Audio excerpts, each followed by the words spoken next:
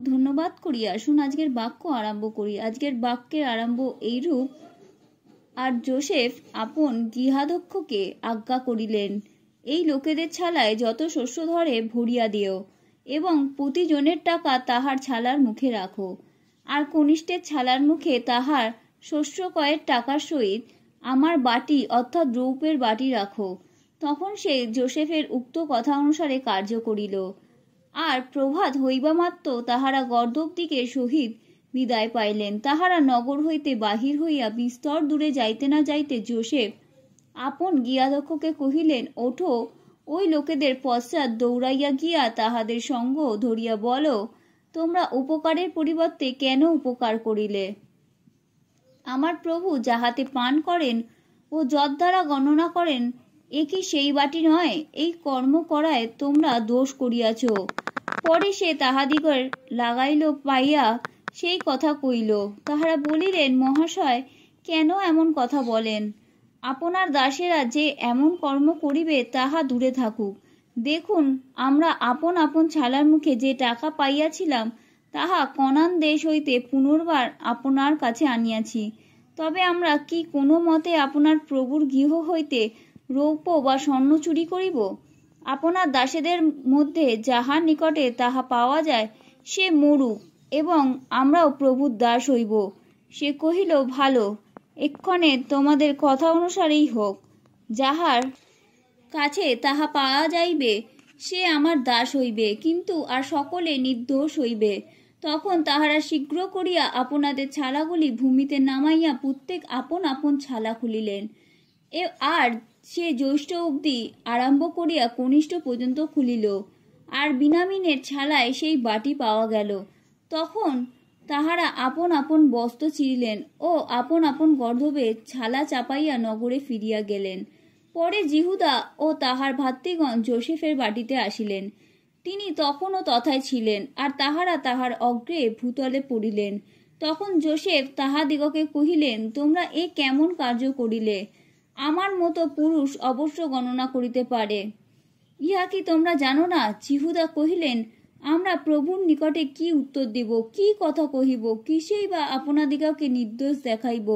ঈশ্বর আপনার দাসেদের অপরাধ প্রকাশ করিয়াছে। দেখুন, আমরা ও যাহার কাছে বাটি পাওয়া গিয়াছে সকলেই প্রভুর দাস হইলাম।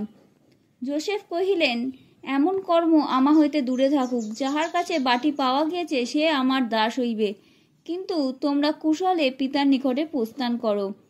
তখন জিহুদার নিকটে গিয়া কহিলেন, হে প্রভু, বিনয় করি আপনার দাসকে প্রভুর কর্ণগোচরে একটিও কথা বলিতে অনুমতি দিন। এই দাসের প্রতি আপনার ক্রোধ প্রজ্বলিত না হোক, কারণ আপনি ফৌরনের তুল্য। প্রভু এই দাসদিগকে জিজ্ঞাসা করিয়াছিলেন, তোমাদের পিতা কি ভাতা আছে? আমরা প্রভুকে উত্তর করিয়াছিলাম, আমাদের বৃদ্ধ পিতা আছেন, এবং তাহার বৃদ্ধাবস্থার এক কনিষ্ঠ পুত্র আছে। তাহার সহোদর মরিয়াছে, সেই মাত্র তাহার মাতার অবশিষ্ট পুত্র, এবং তাহার পিতা তাহাকে স্নেহ করেন। পরে আপনি এই দাসদিগকে বলিয়াছিলেন, তোমরা আমার কাছে তাহাকে আনো, আমি তাহাকে স্বচক্ষে দেখিব। তখন আমরা প্রভুকে বলিয়াছিলাম, সেই যুবক পিতাকে ছাড়িয়া আসিতে পারিবে না। সে পিতাকে ছাড়িয়া আসিলে পিতা মরিয়া যাইবেন। তাহাতে আপনি এই দাসদিগকে বলিয়াছিলেন, সেই ছোট্ট ভাইটি তোমাদের সঙ্গে না আসিলে তোমরা আমার মুখ আর দেখিতে পাইবে না। আমরা আপনার দাস যে আমার পিতা, তাহার নিকটে গিয়া তাহাকে প্রভুর সেই সকল কথা কহিলাম। পরে আমাদের পিতা কহিলেন, তোমরা আবার যাও, আমাদের জন্য কিছু ভক্ষ্য কিনিয়া আনো। আমরা কহিলাম, যাইতে পারিব না, যদি ছোট ভাই আমাদের সঙ্গে থাকে তবেই যাই, কেননা ছোট ভাইটি সঙ্গে না থাকিলে আমরা সেই ব্যক্তির মুখ দেখিতে পাইব না। তাহাতে আপনার দাস আমার পিতা কহিলেন, তোমরা জানো আমার সেই স্ত্রী হইতে 2টি মাত্র সন্তান জন্মে। তাহাদের মধ্যে একজন আমার নিকট হইতে প্রস্থান করিল, আর আমি কহিলাম, সে নিশ্চয়ই খণ্ড খণ্ড হইয়াছে, এবং সেই অবধি আমি তাহাকে আর দেখিতে পাই নাই। এখন আমার নিকট হইতে ইয়াকে লইয়া গেলে যদি ইহার কোনো বিপদ ঘটে, তবে তোমরা শোকে এই পাকা চুলে আমাকে পাতালে নামাইয়া দিবে। অতএব আপনার দাস যে আমার পিতা, আমি তাহার কাছে উপস্থিত হইলে আমাদের সঙ্গে যদি এই যুবক না থাকে, তবে এই যুবকের প্রাণে তাহার প্রাণ বাঁধা আছে বলিয়া যুবকটি নাই দেখিলে তিনি মারা পড়িবেন। এইরূপে আপনার এই দাসেরা শোকে পাকা চুলে আপনার দাস আপনাদের পিতাকে পাতালে নামাইয়া দিবেন।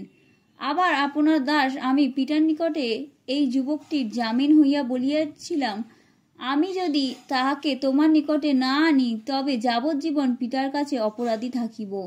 অতএব বিনয় করি প্রভুর নিকটে এই যুবকটির পরিবর্তে আপনার দাস আমি প্রভুর দাস হইয়া থাকি, কিন্তু এই যুবককে আপনি তাহার ভাইদের সঙ্গে যাইতে দিন, কেননা এই যুবকটি আমার সহিত না থাকিলে আমি কি প্রকারে পিতার নিকটে যাইতে পারি? পাছে পিতার যে আপদ ঘটিবে তাহাই আমাকে দেখিতে হয়। আমেন।